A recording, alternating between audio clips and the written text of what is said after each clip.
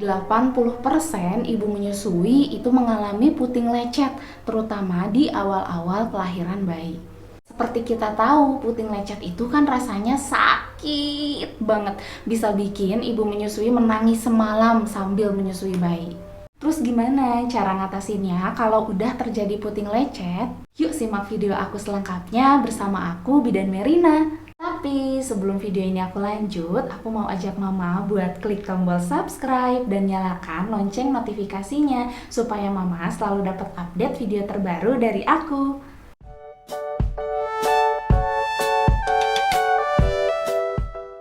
Puting lecet adalah drama persusuan yang paling sering terjadi pada ibu menyusui. Sok, di sini ada nggak ibu-ibu yang selama menyusui nggak pernah ngalamin lecet sama sekali? Saya yakin nggak ada. Lecet-lecet ringan mah pasti ibu-ibu semuanya pernah ngalamin. Termasuk aku sendiri. Tapi kalau aku bedanya lecetnya itu ketika bayi udah menginjak di atas 1 tahun usianya. Karena ketika usia 1 tahun ini, posisi menyusui bayi udah nggak bisa dikondisikan lagi. Ya nyusunya sambil salto, sambil guling-guling, sambil muter-muter, udah nggak karuan. Bener-bener udah nggak bisa dikondisikan. Yang akhirnya putingnya ini rawan banget lecet. Apalagi giginya udah banyak. Kalau pas masih bayi sih sebenarnya oke ya, disuruh posisi gini ya dia nurut posisi gini gitu, nggak ada banyak tingkah gitu. Sebenarnya lebih nurut kalau masih bayi gitu. Cuman menurut penelitian justru puting lecet ini terjadi lebih banyak di awal-awal kehidupan bayi. Biasanya karena ketidaktahuan ibu tentang posisi perlekatan menyusui yang baik dan benar. Nah, sebelum ke cara ngatasinnya, gimana sih kalau puting lecet itu? Kita sekarang runut dulu apa nih penyebabnya si puting lecet itu, supaya nggak terjadi lagi puting lecet, dan puting lecetnya juga bisa semakin teratasi kalau kita udah tahu penyebabnya, ya nggak? Yang pertama adalah perlekatan. Perlekatan ini diduga adalah penyebab puting lecet yang nomor 1. Karena kalau perlekatan menyusuinya bener mah, insya Allah sih bu, puting tuh nggak akan sampai lecet. Jadi kalau puting lecet udah pasti kita harus koreksi nih, apakah perlekatannya nggak bener. Perlekatan menyusui di awal-awal kehidupan bayi seringnya disebabkan karena ketidaktahuan ibu-ibu baru nih, new mom, tentang posisi dan perlekatan menyusui. Jadinya karena nggak tahu posisi yang baik dan benar, akhirnya ya udah yang penting bayinya nyusu aja gitu, padahal perlekatannya salah. Terus gimana sih posisi perlekatan menyusui yang baik dan benar? Nah, sebenarnya aku udah berkali-kali sharing tentang posisi perlekatan ini ya. Tapi tenang aja, aku nggak bosen buat sharing tentang perlekatan menyusui yang baik dan benar. Pertama-tama, posisi bayi ini nih harus miring. Posisi wajah bayi menghadap payudara ibu. Posisi bahu bayi ini sejajar dengan kepala. Jadi jangan kayak gini dong, tentunya ini salah. Karena ya kalau kayak gini pasti bayinya cuma ngisep putingnya aja, nggak bisa sampai areola. Tapi kalau kayak gini, posisi bayi si mulutnya ini bisa mencakup lebih banyak sampai ke areola. Terus posisi mulut bayi ini harus mencakup puting dan areola, jadi jangan putingnya aja. Nah, si bibir bawahnya ini juga harus terlipat ke bawah. Dan yang paling gampang dinilai adalah ketika bayi menelan ASI itu ada suara kedengeran glek glek glek kayak dia minum, bukan suara. Nah, kalau ada suara udah pasti perlekatan menyusuinya itu salah, ada angin yang masuk, dia biasanya cuma menghisap putingnya aja. Nah, tapi kalau usia bayinya udah lebih besar, apa masih mungkin tuh diposisikan untuk perlekatan menyusui yang baik dan benar? Aku rasa sih emang mustahil sih, karena usia di atas tahun itu dia udah mulai explore, udah mulai banyak ingin tahu, yang pastinya posisi perlekatan menyusui pun pasti seringnya diabaikan oleh bayi dan ibu karena udah susah dikondisikan, gimana lagi, saya pun mengalami sendiri. Jadi memang pada akhirnya semua ibu bakal ngalamin sih yang namanya puting lecet, tinggal nunggu waktunya aja kapan, kalau menurutku gitu. Penyebab yang kedua adalah karena gesekan pumping. Jadi si pumping ini harus dipastikan ya bu, cupnya ini dalam ukuran yang benar, tidak kekecilan dan juga tidak kebesaran. Kebayang gak sih kalau cup pumpingnya ini kekecilan dari ukuran payudaranya, otomatis dia ngisepnya juga nggak tepat sasaran kan bu. Nah itulah yang bikin si puting jadi rawan lecet. Yang ketiga yaitu adanya infeksi jamur di mulut bayi.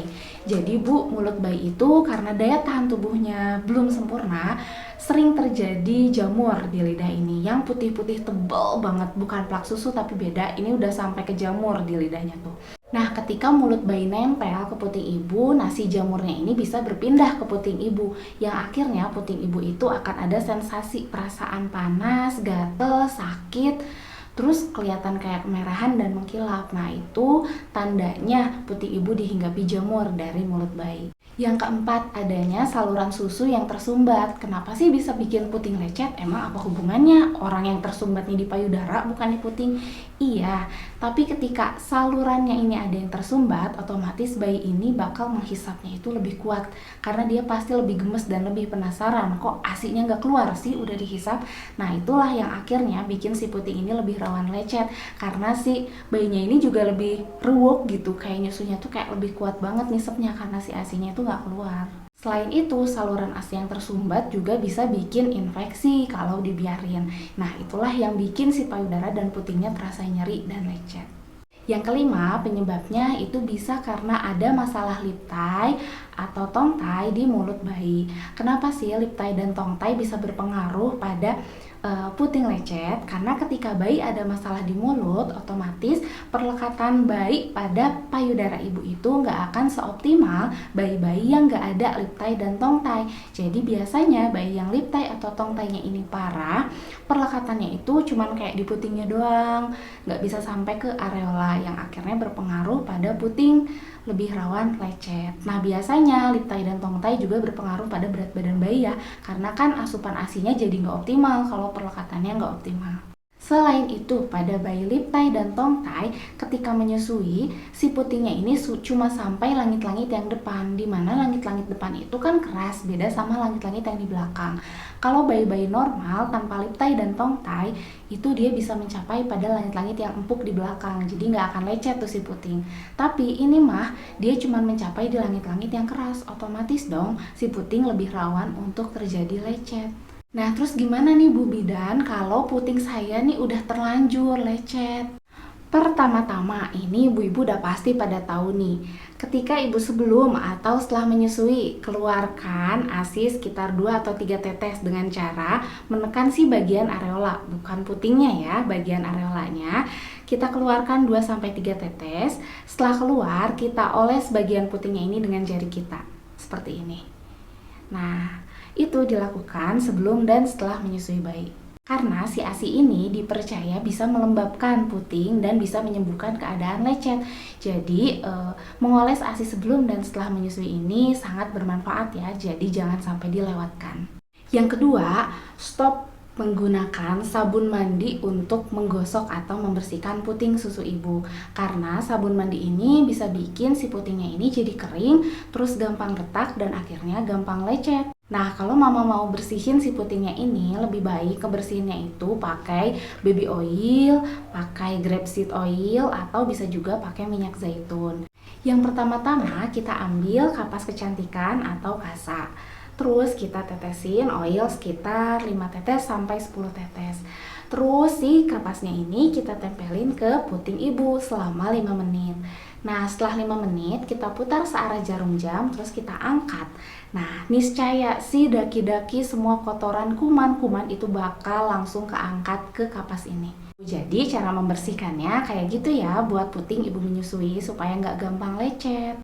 Yang ketiga yaitu kompres air dingin untuk meredakan nyeri dengan cara si es ibu ambil terus ibu bungkus dengan selembar kain. Nah, setelah itu ibu kompres ke bagian puting yang lecet atau nyeri. Boleh dilakukan berkali-kali setiap ngerasa si putingnya ini nyut-nyutan atau sakit. Yang keempat, menggunakan BH atau bra yang berbahan katun yang tentunya lembut dan bisa menyerap ASI kalau dia rembes.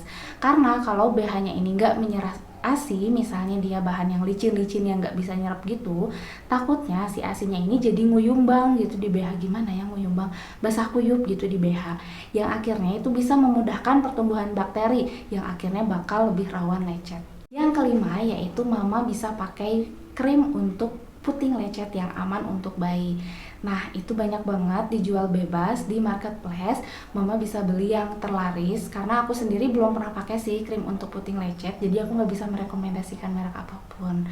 Nah, mama bisa cari sendiri, bisa dioles sebelum menyusui bayi, tapi pastikan si krimnya ini aman kalau misalnya tertelan sama bayi. Atau kalau misalnya mama ragu, mama bisa oles si salepnya ini setelah menyusui bayi gitu. Jadi nanti sebelum menyusui bayi, mama bisa bilas dulu dengan air hangat atau air DTT atau air minum gitu. Dan yang keenam, kalau puting lecet mama ini sampai si putingnya itu hampir buntung. Jadi pernah ada yang curhat kalau si putingnya itu hampir buntung dan sakit banget.